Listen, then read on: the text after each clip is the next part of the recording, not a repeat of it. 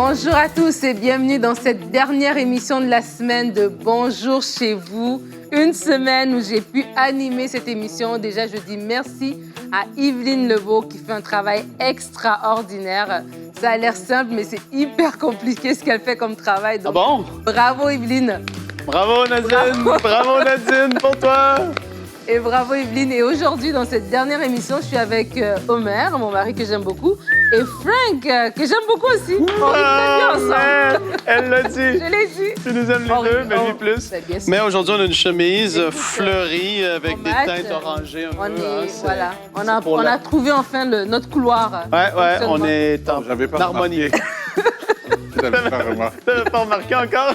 J'ai remarqué juste avant que ça commence. Je fais, oh, Waouh! cool! Et aujourd'hui, on va faire une émission très spéciale, très importante. On parle de la violence verbale. Attention à la violence verbale, c'est notre thème. Parce que la violence physique, elle est des fois plus facile à remarquer, mais la violence verbale, des mots qui cassent, des mots qui humilient, des fois, elle est plus subtile et beaucoup d'entre vous vont la subir ou même vont l'infliger malgré vous. Et aujourd'hui, on va parler justement par rapport à cette violence verbale. Et en deuxième partie d'émission, nous aurons un témoignage, le témoignage d'Alexandre qui va venir raconter lui aussi comment il était une personne très violente, mais Dieu l'a transformé et on dit Amen. Amen.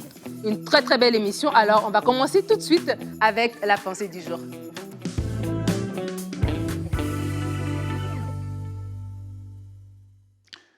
Stop à la violence, stop à la violence. Et souvent, on va se résoudre à la violence parce que c'est le seul langage qu'on connaît. Souvent, si on est stressé, pressé ou dans l'inconfort, ça va être la seule chose vers laquelle on va se résoudre parce que c'est peut-être des choses dans lesquelles on a grandi, des choses que l'on a vues ou le seul modèle qu'on connaît. Mais aujourd'hui, peut-être que tu es dans ce schéma et tu es né de nouveau. Et j'aimerais te parler de la transformation que Jésus peut t'emmener. Dans la Bible, dans le livre de Proverbes, chapitre 10, le verset 6, la Bible dit « Il y a des bénédictions sur la tête du juste, mais la violence couvre la bouche des méchants. » Et en fait, lorsque on est violent, verbalement ou physiquement, la violence envoie quatre messages qui peuvent nous appeler à quatre types de changements dont j'aimerais te parler. Et je crois que Dieu peut te transformer. On a vu des gens comme Moïse, qui a réagi par la violence, mais Dieu le transformait. On a dit c'était l'homme le plus patient au monde. L'apôtre Paul, capable de prendre les gens, de les mettre en prison, il est devenu quelqu'un de grand. Il y a de l'avenir pour toi. Qu'importe ce que tu exprimes comme violence, Jésus peut te transformer aujourd'hui. En fait, la violence, lorsque on est violent verbalement, continuellement, la violence peut exprimer que l'Évangile n'a pas encore pénétré profondément dans notre cœur, qu'on est encore un chrétien de surface et que ce travail de l'Évangile n'a pas encore été fait. Et si c'est ton cas aujourd'hui, j'aimerais t'encourager à continuer tes progrès dans le Seigneur. Dieu ne te juge pas, mais Dieu t'invite à continuer ta marche et tu seras transformé. La violence indique aussi que dans ta marche chrétienne, tu n'as pas encore développé la maîtrise de soi, car tout le monde est sous pression d'une manière ou d'une autre avec les circonstances de la vie de s'exprimer. C'est la chose la plus facile en fait, être violent. Mais lorsque on est un chrétien, lorsqu'on est un enfant de Dieu, la maîtrise de soi est une manifestation de la transformation de notre caractère. Et donc, tu as besoin que Jésus continue à transformer ton caractère pour que même sous pression, tu sois capable de te maîtriser. La violence que tu exprimes envoie un autre message. La violence envoie un message que tu es quelqu'un qui a été blessé intérieurement, sûrement que tu as subi de la violence et cette violence t'a créé de la blessure. Il y a un personnage comme ça, un des descendants de Caïn, qui a dit il a été blessé, donc il blesse en fait. Il dit j'ai été blessé, je blesse. Et souvent on pense que c'est une façon de se protéger parce que nous-mêmes nous n'avons pas été guéris, nous-mêmes nous vivons encore ces insécurités-là. j'aimerais te dire que le Seigneur Jésus peut te sécuriser, te mettre dans un bon état, comme cet homme qui était avec plein de démons à Guédara, et cet homme était violent avec toute la communauté. Mais lorsque Jésus l'a croisé, sa vie a été transformée. La Bible dit que cet homme était assis et dans le bon sens. Et quand je parle de blessures intérieures, parfois dans nos blessures intérieures que nous exprimons par la violence, il arrive parfois aussi que certains démons de violence s'insèrent en fait et s'expriment au travers de nous. Aujourd'hui, Jésus peut te délivrer.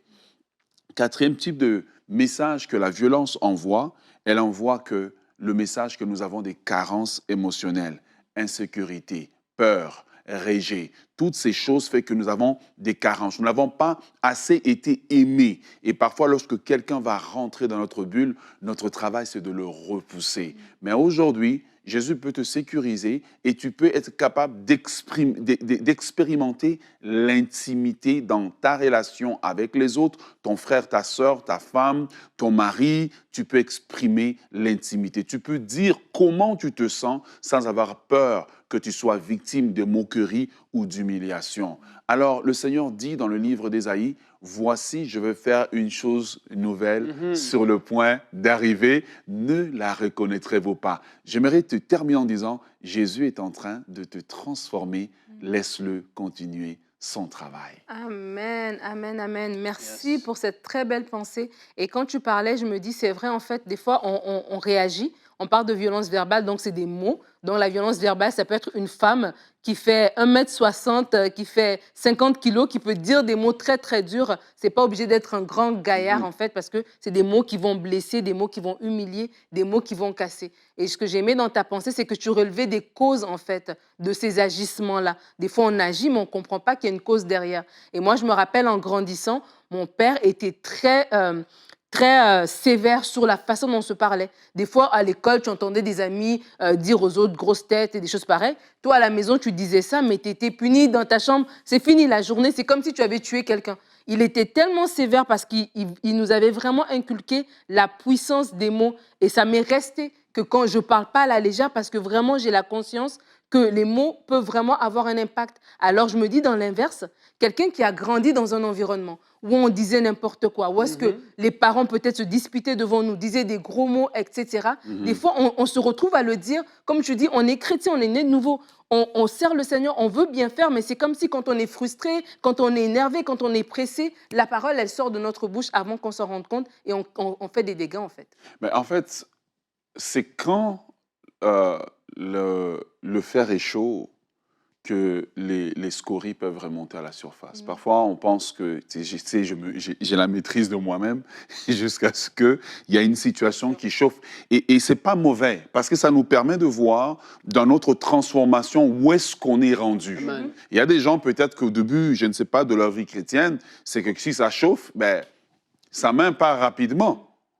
Mais peut-être qu'il arrive à un point où ça chauffe, ben, c'est plus sa main, c'est sa bouche. Bon, on a fait du progrès, c'est pas encore là, mais il y a eu du progrès. Et je crois que certaines situations sont nécessaires pour que nous puissions voir où est-ce qu'on est rendu. Tu peux parler que tu es brisé jusqu'à ce qu'il y ait une situation où tu dois manifester le brisement. Et c'est vrai, et on doit vraiment voir. Et je voudrais que les gens ne marchent pas dans une culpabilité, mais plutôt de regarder où est-ce que Jésus les a pris et où est-ce qu'ils sont rendus aujourd'hui. Célébrez vos petites victoires et laissez le Seigneur continuer son travail.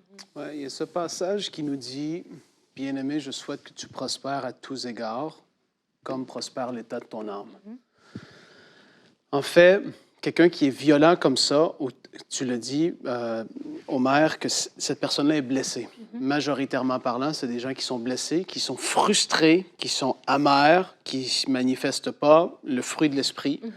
Et en fait, à la base, ça doit partir avec une intelligence, une âme qui est renouvelée à l'image de l'Esprit de Dieu en nous.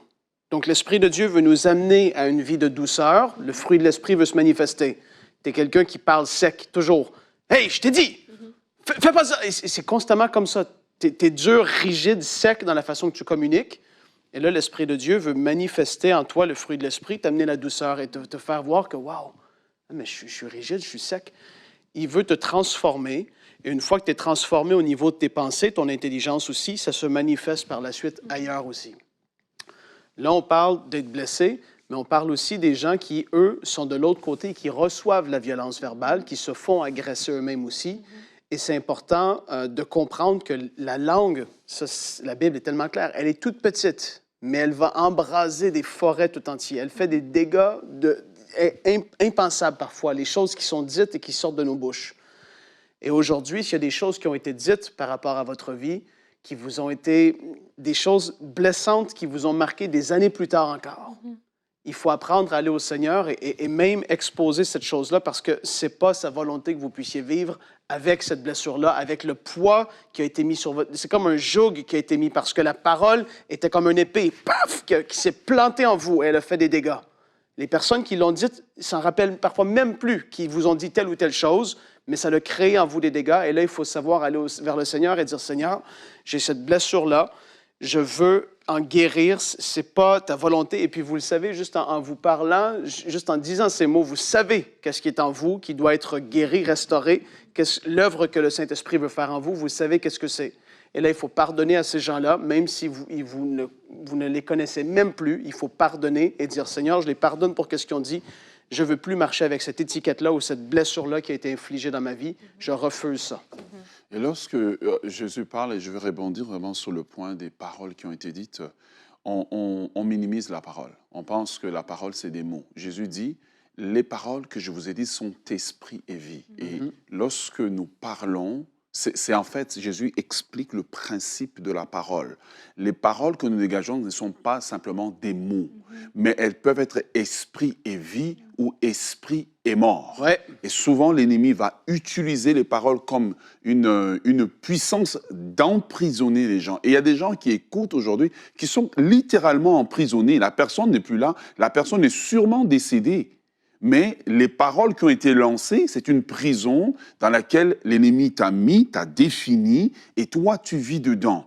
Mais aujourd'hui, cette porte de prison dans laquelle tu as été mise, le Seigneur Jésus peut rentrer comme il est rentré dans la prison de Pierre et ouvrir cette porte de prison comme l'ange était rentré et te conduire vers la porte de sortie pour que tu ne sois pas ce qu'une personne a dit que tu es, mais pour que tu comprennes que tu dois devenir tout ce que Dieu a prévu que tu deviennes.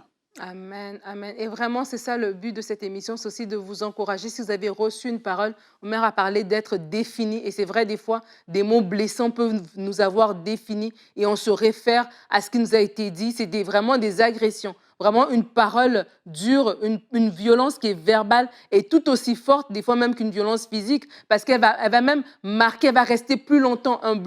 Une blessure peut passer, mais des mots cassants qui ont été reçus peuvent vraiment rester dans notre âme pendant longtemps. Et vraiment que vous puissiez aller dans la présence de Dieu pour être restauré, pour connaître votre valeur et savoir que vous êtes précieux et que les mots qui ont été dits sur votre vie ne comptent pas, seule la parole de Dieu compte.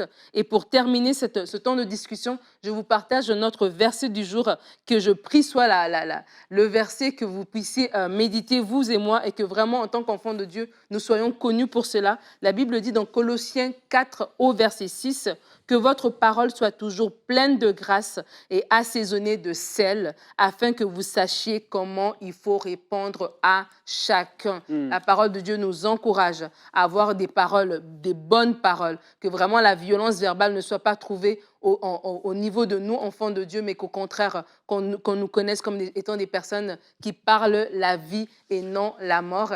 Et tout de suite, on va aller dans notre deuxième partie d'émission pour écouter le témoignage d'Alexandre dans la rubrique « C'est mon histoire ».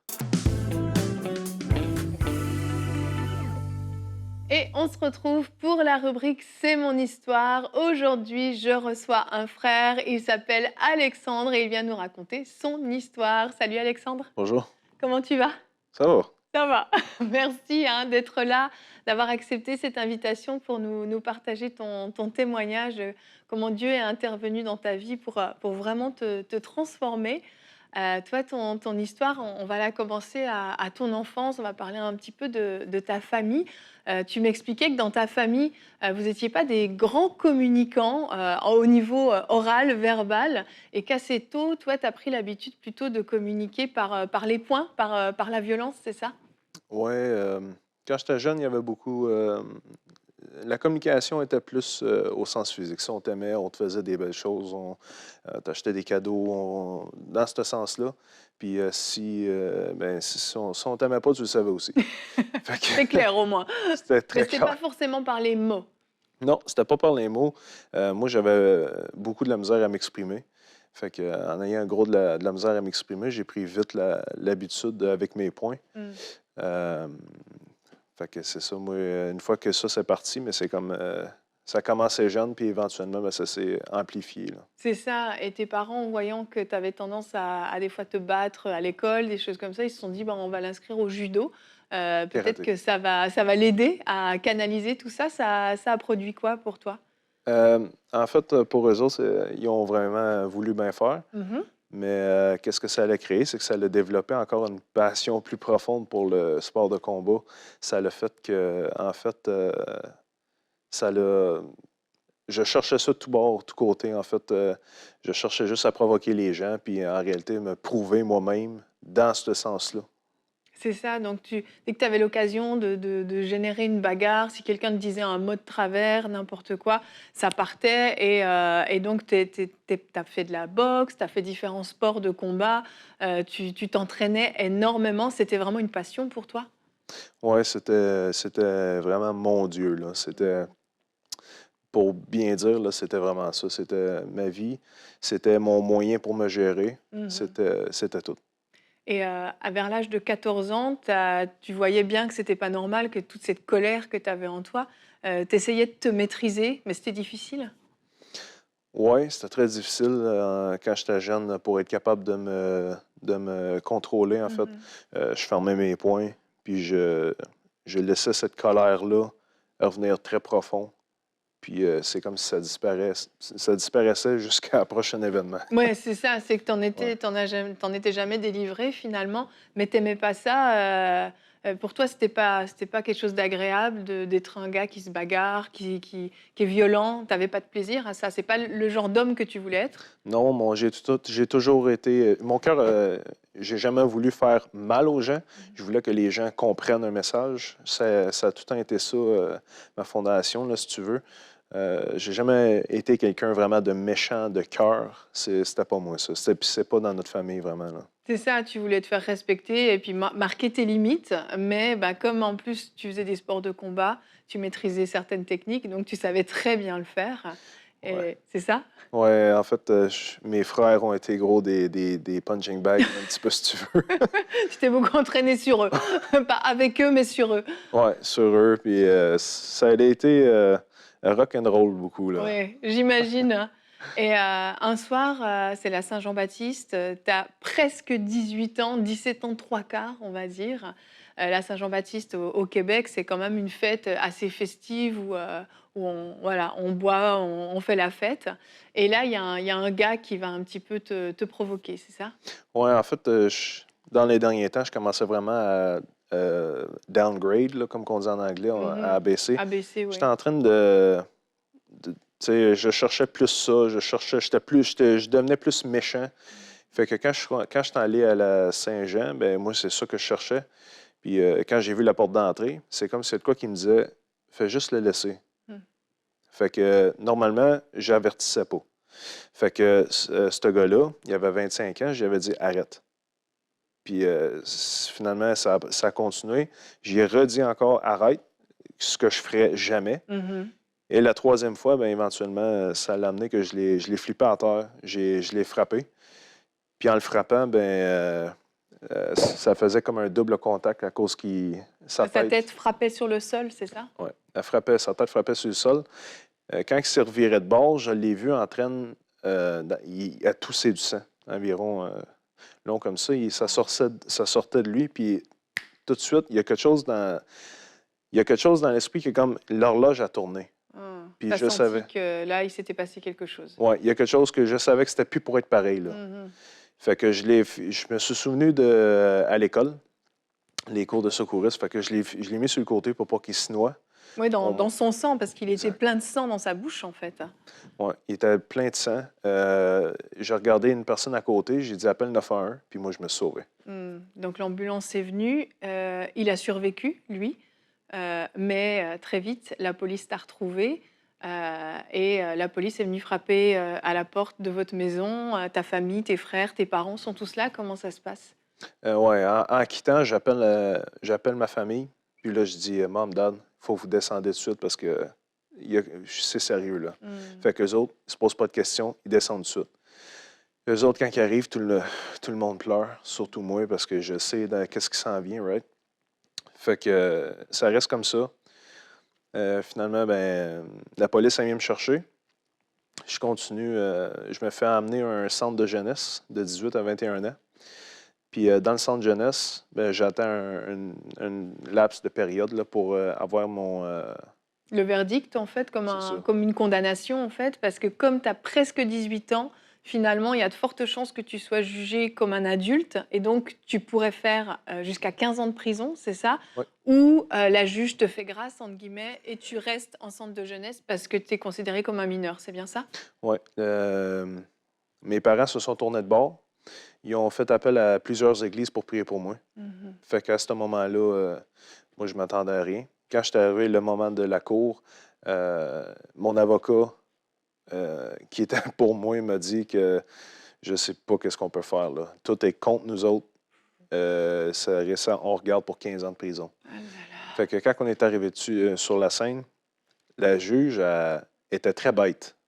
Mais d'un dixaine, la juge s'est tournée, puis elle fait ça avec son marteau, puis elle a dit il va être jugé mineur. Wow, Donc, j'ai eu, en place de 15 ans, j'ai eu 1 an et quelques. c'est fou. Tu as vu quand même la main de Dieu parce que bon, tes parents étaient quand même chrétiens dans une église plus traditionnelle. Tu connaissais un peu l'existence de Dieu. À ce moment-là, tu te dis Dieu est intervenu pour moi? Pour moi, c'était clair. Il y avait les soirées que je passais dans la chambre, je priais la nuit, je me mettais à genoux, il y avait la lune devant moi. Puis je regardais la nature dehors, puis je faisais juste prier.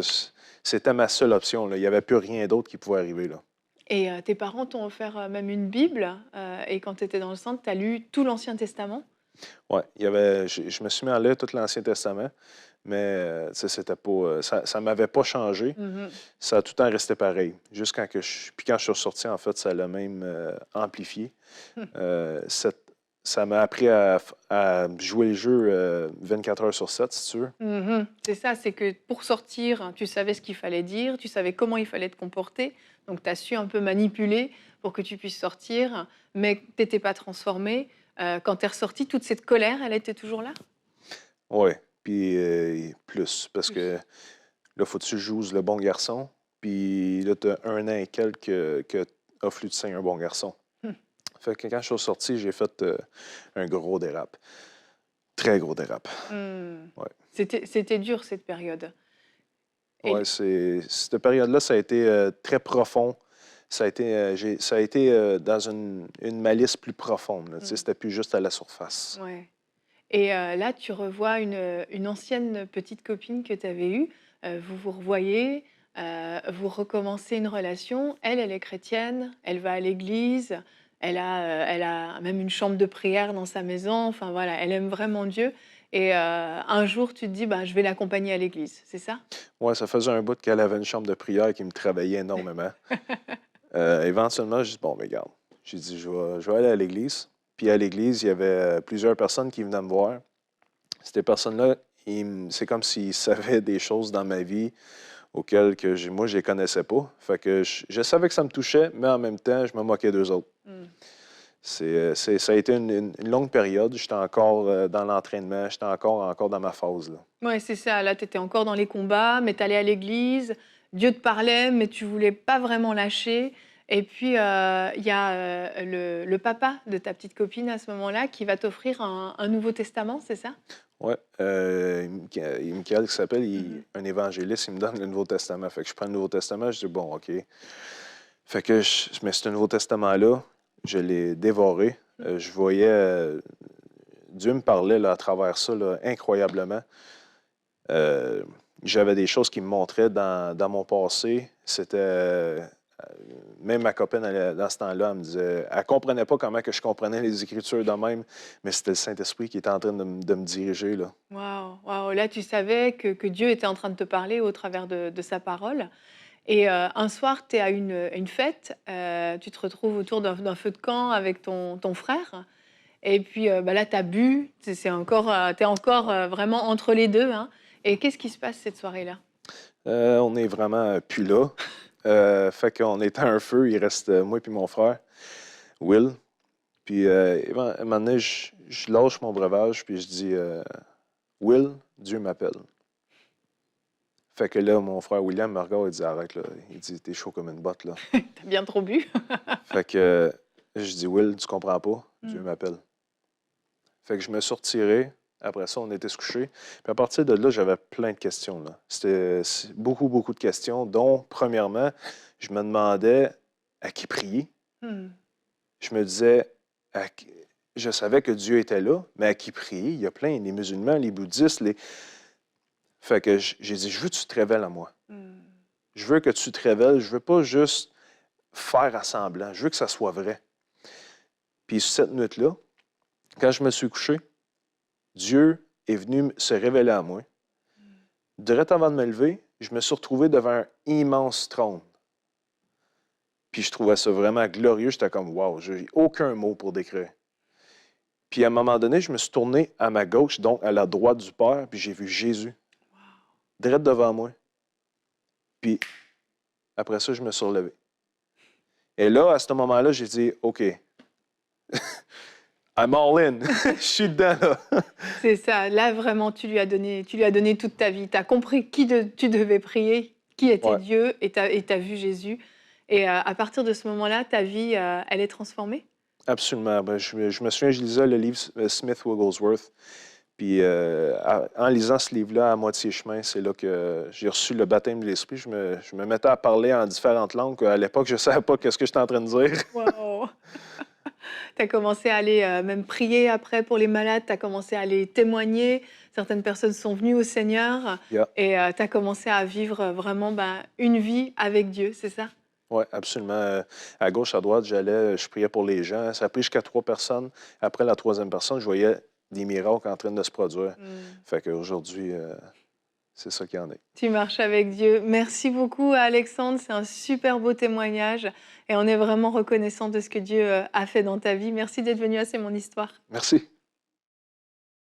Waouh, gloire à Dieu pour ce qu'il a fait dans la vie d'Alexandre. Merci Seigneur pour cette transformation. Et vraiment, ce que Alexandre a vécu, vous pouvez aussi le vivre. Si vous êtes dans un milieu vraiment violent, vous sentez que vous êtes très colérique, très violent, ce n'est pas la fin. Dieu peut vous transformer, Dieu peut vous changer. Que cette émission ne soit pas une condamnation pour vous, mais un encouragement, une inspiration que oui, vous pouvez changer. L'Esprit de Dieu habite en vous alors que vous avez fait de Jésus votre Seigneur et votre Maître. Et le fruit de l'Esprit veut se manifester pleinement. Que vous soyez connu comme une personne bienveillante, douce, pleine de joie, pleine de paix, qui apporte la vie de Dieu autour de lui. Et vraiment, ça va être une bénédiction pour votre entourage et pour le royaume de Dieu dans son entièreté. Alors, merci beaucoup de nous avoir suivis. Notre semaine arrive à son terme.